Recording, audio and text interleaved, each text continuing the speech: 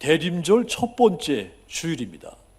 자, 이 대림절은 크리스마스 전까지 이 네 번째 주로서 예수님의 성탄 그리고 다시 오실 예수님을 기다리는 교회력의 절기입니다. 대강절, 대림시기, 강림절 이렇게 부르기도 합니다. 자, 우리 예수 믿는 사람은 이 대림절 기간 동안에 하늘로부터 이 땅 위에 만왕의 왕으로 오시는 그리스도를 기다리는 신앙을 정립해야 되는 겁니다. 자, 우리는 이 기다린다고 했을 때 이 말을 들으면 즐거움, 또 소망, 기대감 이런 긍정적인 요소들이 떠오릅니다. 왜냐하면 무언가를 기다리는데 즐겁지 않거나 희망이 보이지 않거나 기대되는 것이 없으면 기다릴 필요가, 이유가 없기 때문이죠. 누구에게든지 이 대림절 기다림의 신앙에는 기쁨, 소망, 기대가 있습니다. 저와 여러분, 이 대림절 기간에 우리 믿음 가운데 기쁨과 소망, 기대가 넘치게 되기를 주님의 이름으로 축원합니다. 그렇다면 여러분, 이 기다림이 언제부터 시작이 되었을까요? 이 기다림은 어느 날 인류 가운데 호련히 던져진 한 개의 메시지 때부터 시작이 됐습니다. 이사야서 11장 10절은 그 선언입니다. 이새의 줄기에서 한 싹이 나며 그 뿌리에서 한 가지가 나서 결실할 것이요 그랬습니다. 이새의 그루터기에서 한 싹이 날 것이며 그의 뿌리에서 한 가지가 나와서 열매를 맺을 것이라 했습니다. 메시아가 날 것이라고 선포된 겁니다. 자, 이 메시지는 이스라엘 백성들 가슴에 새로운 희망이 솟아나게 했습니다.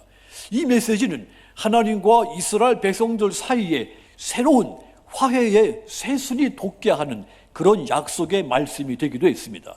그동안 이 이스라엘 백성들 귀만 있으면 하나님으로부터 멀리 벗어나려고 했습니다. 그들은 하나님보다 자기들 손으로 만든 우상을 더 좋아했고 그러면서도 회개하기를 거부했습니다. 그래서 하나님은 이 백성들을 회개시키기 위해서 선지자들을 보내시기까지 했습니다. 그런데 이 백성들 하나님께 돌아오기를 원치 않았습니다. 하나님이 보내신 선지자들을 박해하고 추방하고 그들이 대언하는 하나님의 말씀을 무시하고 듣지를 않았습니다. 그리하여 결국 하나님은 그들을 심판하실 수밖에 없었습니다. 그로 인해서 이제 이스라엘 백성들 하나님의 심판을 받고 희망이 사라지는 것 같이 돼버렸습니다. 그런데 여러분, 그럼에도 불구하고 그들에게는 한 가지 희망이 있었습니다. 왜냐하면 이사야, 예레미야 같은 이 선지자들이 그들에게 전해준 메시지가 있기 때문인 겁니다. 예레미야 23장 5절 보시면 여호와의 말씀이니라 보라 때가 이르리니 내가 다윗에게 한 의로운 가지를 일으킬 것이라 그가 왕이 되어 지혜롭게 다스리며 세상에서 정의와 공의를 행할 것이다 그랬습니다.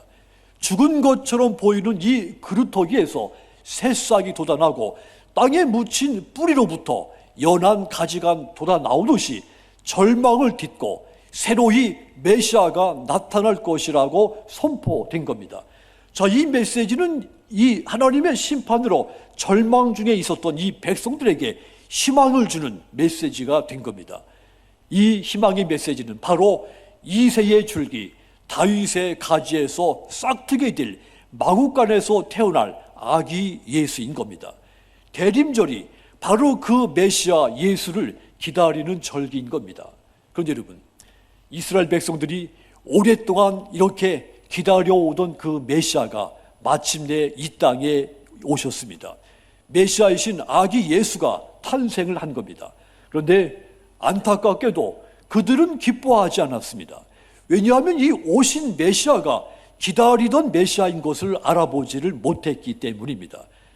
그래서 이 대림절에는 영적으로 예민하고도 깊은 영성이 필요한 겁니다. 주님이 오시는 것을 예민하게 알아차리기 위해서 사방으로 분산되어 있는 우리 마음을 모아야 됩니다.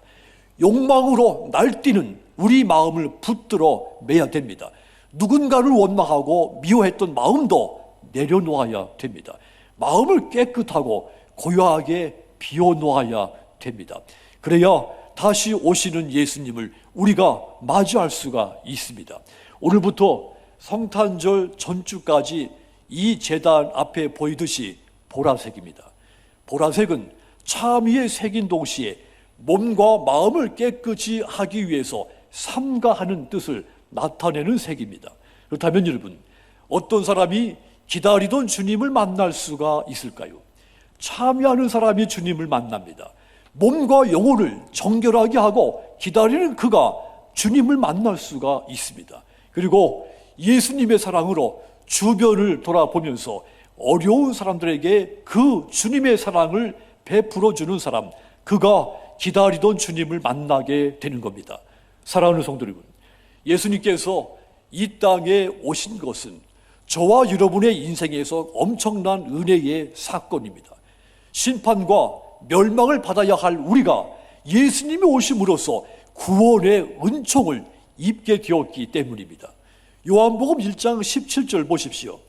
율법은 모세로 말미암아 주어진 것이요 은혜와 진리는 예수 그리스도로 말미암아 온 것이다 그랬습니다. 이 말씀 문자 그대로입니다. 하나님께서 예수님을 통해 우리에게 구원의 은총을 주신 것입니다. 그래서 예수님이 이 땅에 오신 것은 우리 생애 가장 큰 은혜의 사건인 겁니다. 그런데 여러분, 하나님의 이 측량할 수 없는 은혜는 단 한 번만 주어진 것이 아닙니다. 예수님이 이 땅에 오신 것으로 이 은혜가 끝난 것이 아닙니다. 매 순간순간마다 때를 따라 돕는 은혜가 우리에게 주어지기 시작했습니다. 그래서 이 이스라엘 백성들이 광야에서 생활을 할 때 매일 새벽에 일어나서 새로운 만나를 거두었듯이 우리도 매일 하나님의 은혜를 새롭게 거두어야 되는 겁니다. 현대의 많은 젊은이들이 스포츠맨을 꿈꿉니다. 가수를 꿈꾸고 배우를 꿈꾸죠. 프로게이머를 꿈을 꿉니다. 자, 그런데 단박에 성공하기를 꿈꾸죠. 그런 젊은이들이 많습니다. 하지만 여러분, 이것은 허황된 꿈입니다. 성공하려는 사람은 오랜 동안 시간을 투자하고 인내하면서 자기 실력을 내공을 쌓아야 됩니다. 이런 과정 없이 단번에 성공하는 사람은 존재하지 않습니다. 어린이들의 자제력을 측정하기 위해서 아이 앞에 마시멜로 하나를 놓아두고 선생님이 이렇게 말했습니다. 선생님이 나갔다가 다시 돌아올 때까지 먹지 않고 참고 기다리면 선생님이 다시 돌아와서 2개를 주겠다고 했습니다. 선생님이 이제 방에 나가서 아이 모르게 아이가 얼마나 오래 참다가 결국 버티지 못하고 이 맛있는 마시멜로를 먹는지 관찰을 시작했습니다. 어떤 아이들은 하나뿐인 이 마시멜로 곧바로 먹어 치우더랍니다. 또 어떤 아이들은 5분을 기다리고 10분을 기다리다가 더 이상 못 참고 이 마시멜로를 먹어 치우더랍니다. 그런데 몇몇 아이들 15분을 기다렸습니다. 그래서 이 약속대로 다시 돌아온 선생님한테 2개를 받아 먹은 겁니다. 이 아이들의 성장 이유를 추적을 했습니다. 10대가 됐을 때, 성인이 됐을 때를 추적한 겁니다. 인내심이 많았던 15분 이상을 기다렸던 이 아이들, 10대가 됐을 때 많은 학교 교육을 더 많이 받았고 높은 점수를 받았더랍니다. 또 성인이 됐을 때 저축을 더 많이 했고 더 높은 연봉을 받고 있었으며 운동을 더 많이 하고 있었고 담배를 덜 피우더랍니다. 뿐만 아니라 마약, 알코올 중독, 범죄 가능성이 훨씬 낮아 있더랍니다. 자, 그러니까 인내심이 많은 아이일수록 성인이 됐을 때 성공을 거둘 가능성이 매우 높다는 뜻입니다. 우리 신앙이 이와 같습니다. 진정한 성도가 되는 것은 마치 조개가 오랫동안 인내하면서 진주 하나를 만들어내는 것과 같습니다.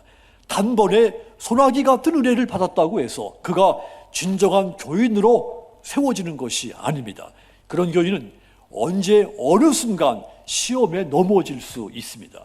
진정한 성도는 오래 인내하면서 하나님의 은혜를 기다리고 하나님이 베푸시는 은혜로 살아갈 때 진정한 성도가 되는 겁니다. 단번에 되는 것이 아닙니다. 그래서 내가 무엇을 했다가 아니라 매 순간 하나님의 은혜라고 고백하는 사람, 오래 인내하면서 이 고백을 하는 사람이 진정한 성도가 되는 것입니다. 이런 고백은 하나님의 은혜를 체험한 사람이 아니면 할 수가 없는 고백이기 때문입니다. 만나는 하나님이 이스라엘 백성들에게 날마다 내려주신 은혜였습니다. 성도는 이처럼 날마다 하나님이 부어주시는 은혜로 살아가야 되는 겁니다. 16절 따라 보시면 때를 따라 돕는 은혜라고 했습니다. 항상 내 안에 머물러 있는 은혜라는 뜻입니다. 더 쉽게 말하면 하나님은 항상 그때그때 나에게 필요한 은혜를 주신다는 뜻입니다. 이렇게 인내하면서 매일매일 순간 넘치는 그 하나님의 은혜가 바로 저와 여러분들로 하여금 진정한 성도가 되게 만들어주는 겁니다. 고린도전서 15장 10절을 보시면 그러나 내가 나된 것은 하나님의 은혜로 된 것이니 내게 주신 그의 은혜가 헛되지 아니하여 내가 모든 사도보다 더 많이 수고하였으나 내가 한 것이 아니요 오직 나와 함께 하신 하나님의 은혜다 그랬습니다. 한마디로 내가 나된 것 하나님의 은혜라는 고백입니다. 알다시피 바울은 본래 유능한 사람이었습니다. 그런데 예수님의 종이 돼서 복음을 전하는 이 일, 자기의 능력으로 할 수가 없었다는 고백입니다. 전적으로 하나님의 은혜 속에서 내가 이 복음 전하는 일을 할 수가 있었다는 고백입니다. 바울이 사도의 길을 걷고 하나님의 말씀을 기록한 거 내 실력으로 능력으로 한 것이 아니라 하나님의 은혜 때에 따라 돕는 그 하나님의 은혜로 내가 사도의 길을 갖고 하나님의 말씀을 기록할 수 있었다고 고백한 겁니다. 갈릴리의 베드로 마찬가지입니다. 하나님의 은혜로서 위대한 사도가 된 사람이죠. 그는 본래 허물이 많고 부족한 것이 많았습니다. 주님께서 이 베드로를 쓰신 것, 베드로가 인간적으로 잘났기 때문이 아니었습니다. 베드로의 겉모습을 봤을 때는 예수님이 그를 사용하실 이유가 전혀 찾아볼 수 없는 사람이었습니다. 오직 하나님이 이 베드로를 때에 따라 돕는 은혜를 주셨기 때문에 베드로가 제자 중에 제자로 될 수가 있었던 겁니다. 하나님이 이 베드로를 통해서 역사하시고자 하는 일들 성취하시기 위해서 때를 따라 돕는 은혜를 이 베드로에게 주신 것입니다. 그렇습니다. 하나님은 저와 여러분들에게 때를 따라 돕는 은혜를 주신 분이십니다. 하나님은 죄인에게 은혜를 주어서 의인으로 바꾸어 주신 분입니다. 방탕한 사람을 성자로 만드신 것이 하나님의 은혜입니다.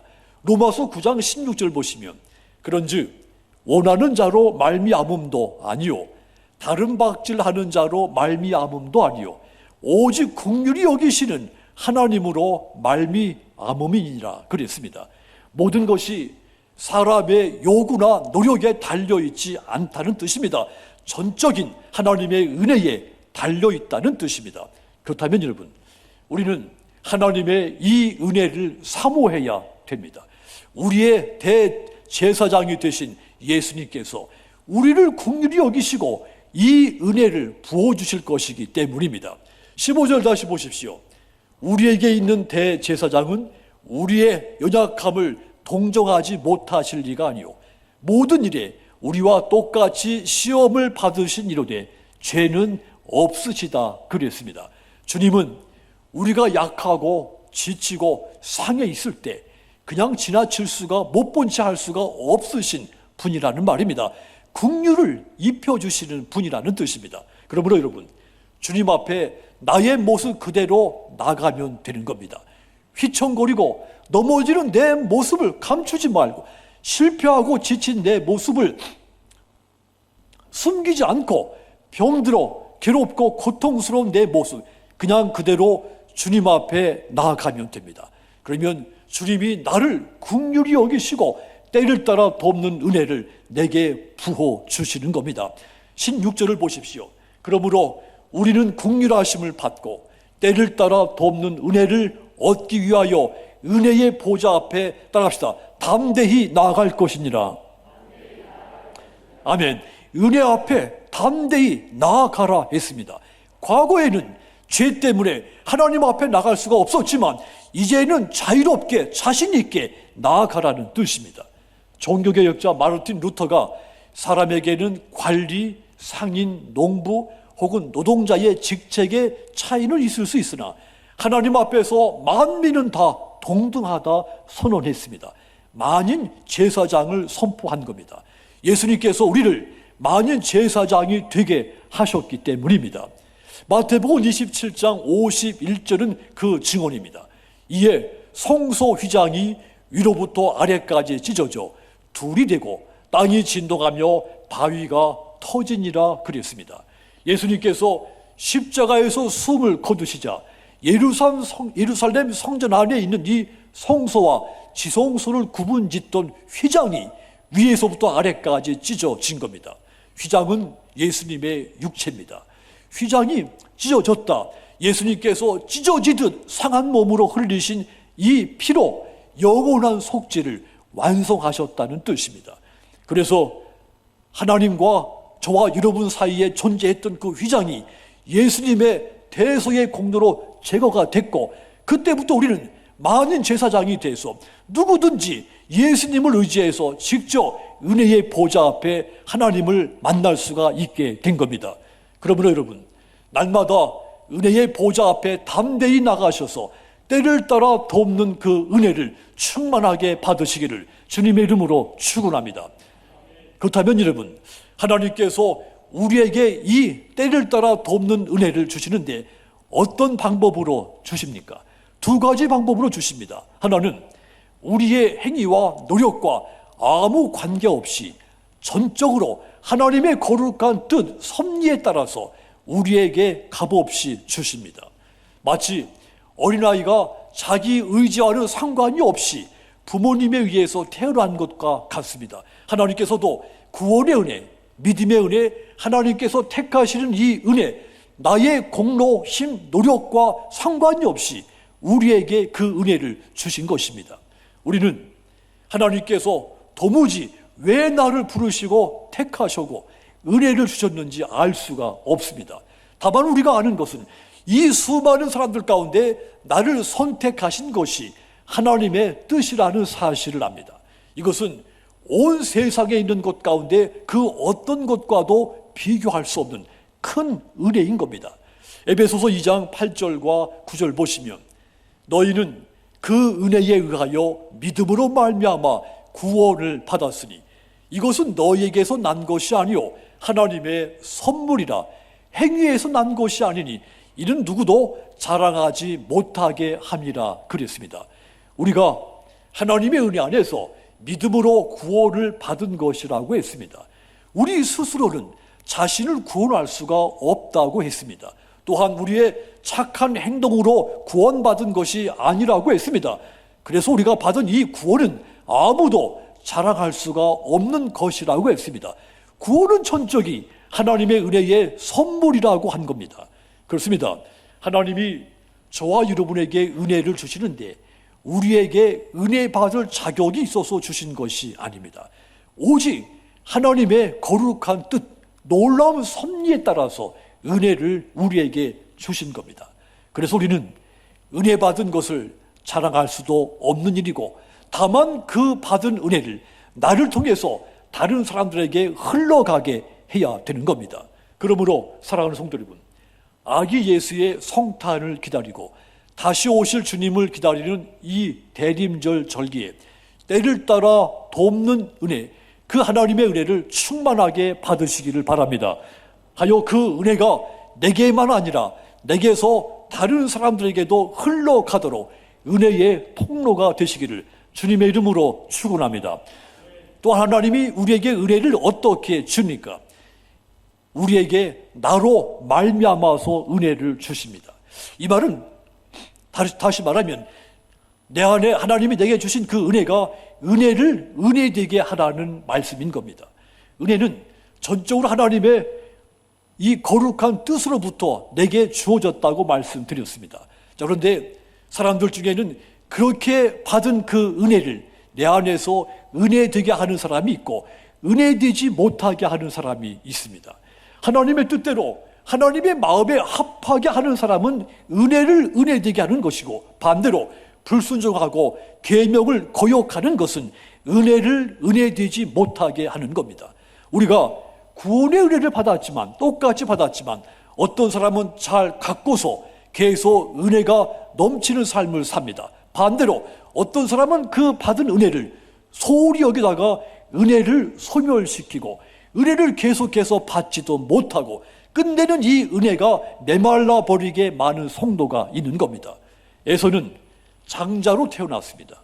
그런데 자신에게 주어진 이 큰 은혜를 은혜되지 못하게 했습니다. 못한 겁니다. 에서는 장점도 많이 있었습니다. 고대 사회에서 강인한 체력은 곧 좋은 자격입니다. 수렵, 목축의 이 야생 시대에서 강인한 체력은 곧 생존이었기 때문이죠. 좋은 자격을 갖추고 있는 이 에서 하나님의 은혜를 소홀히 여기고 떠났습니다. 하지만 이 에서에게 찾아온 것은 축복의 삶이 아니었습니다. 반대로 야곱은 부족해서 하나님의 은혜를 늘 사모했습니다. 그래서 하나님의 은혜를 더 갑절로 받게 됩니다. 하나님의 은혜를 간절히 사모했던 이 야곱, 하나님께 복을 받아서 언약을 잇는 족장이 된 겁니다. 성도 여러분, 하나님께로부터 똑같은 은혜가 우리 모두에게 주어진 겁니다. 자신의 행위에 따라서 그 모습이 영광스럽고 아름답게도 될 수 있지만 반대로 추하고 부끄러운 모습이 될 수 있다는 뜻입니다. 우리의 모습이 이렇게 달라지게 하는 것, 바로 우리 자신 속에 있다는 뜻입니다. 전적으로 나의 행실로 말미암는 것입니다. 나로 말미암아 하나님의 은혜가 임하기도 하고 나로 말미암아 하나님의 은혜가 소멸되기도 하는 것입니다. 그러면 여러분, 나로 말미암아 주어진 이 하나님의 은혜가 내 안에서 헛되지 않게 하시고, 더 나아가서 다른 사람에게 내 속에 넘치는 이 은혜가 흘러가게 하시는 은혜의 통로가 되시기를 주님의 이름으로 축원합니다. 사랑하는 성도 여러분, 성탄을 기다리는 이 대림절 첫 번째 주일입니다. 대림절에 우리에게 가장 소중한 것은 하나님의 은혜가 내게 임했다는 사실입니다. 하나님의 은혜의 선물로 오신 그 예수님을 믿고 영접했기 때문에 내가 구원을 받았기 때문입니다.